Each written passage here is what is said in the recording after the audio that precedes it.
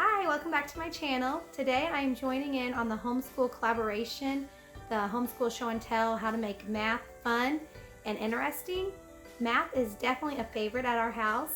So today I wanted to share with you all how we make math fun and how I make it enjoyable for my children. So come along and I'll show you all the different ways. Tip number 1 for making math fun is to get out of the house.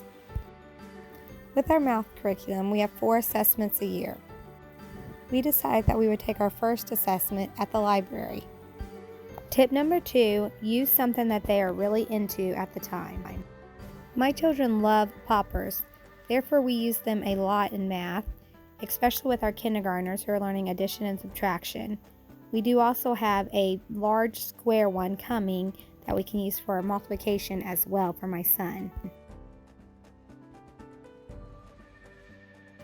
However, as you can see, one of them still enjoys using her fingers better. Tip number 3 is a given. Play as many math games as you can.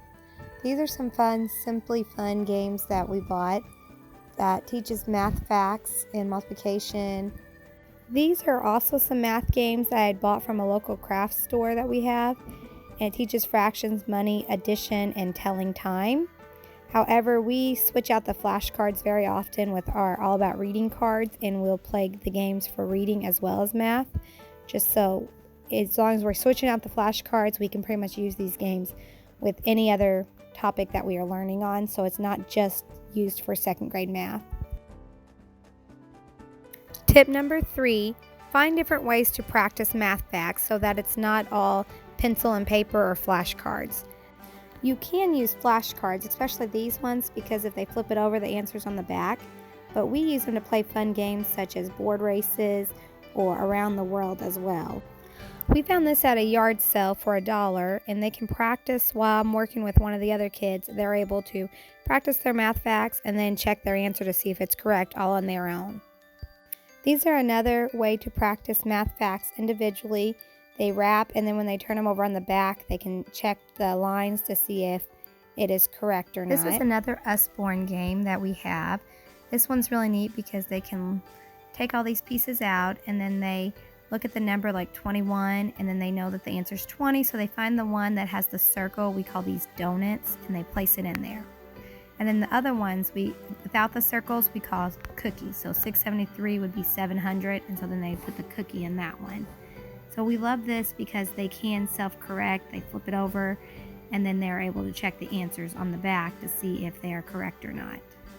Tip number 4, dice. We use dice for many things, simply adding or multiplying 6 times 6, 6 plus 6, or we might use it for 36, so the 3 and the 6 makes 36, and then we might roll again to add 2 double-digit numbers.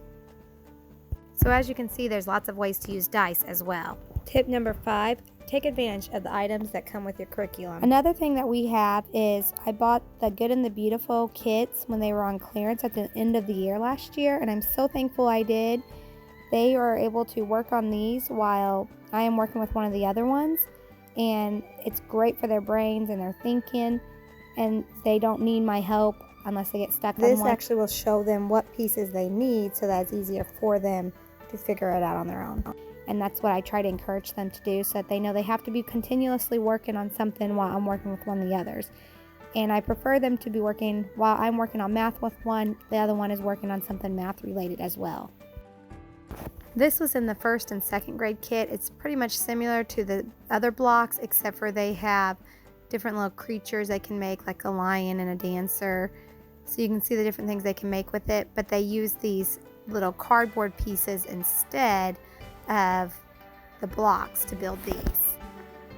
This is something else that we have. I bought this with a coupon code off of Amazon, and it's really neat because it has where you can tell time. It has where you can use the different pieces to add, subtract, multiply, divide, and you can just place them on there, and then you're able to do that all on their own, and then they can also use the pieces to find out if their answer is correct. So for example, this is they can do greater or less than, 7 is greater than 4. Tip number 6, STEM toys. We have STEM toys, several different types, so that they can practice building, but also we use them for math. And if they get 10 problems right, they get to pick out 10 pieces to build with. So they always want to get all of their answers correct so they have more pieces to be able to build with. This set's really neat. Our magnets come with numbers, and then they also have like addition, subtraction, multiplication, division. So they can make their problems and try to come up with their answers. And they can even use the pieces as manipulatives to figure out their answers. I know this one is another given, but manipulatives are so much fun at my house. They always want to get them out. Even when they're past using them, they still are always asking if they can get them out just to play with. So I try to keep a variety, as you can see, just so that they can pick out what they want and use the pieces they want. Like my youngest loves vehicles, my middle likes the princesses and fairies. When they're really young, put out a flashcard and they have to get that many manipulatives, so they are learning the numbers. Or they can do like 1 plus 2 and use the manipulatives to add and then find out how many they have all together, so it makes 3.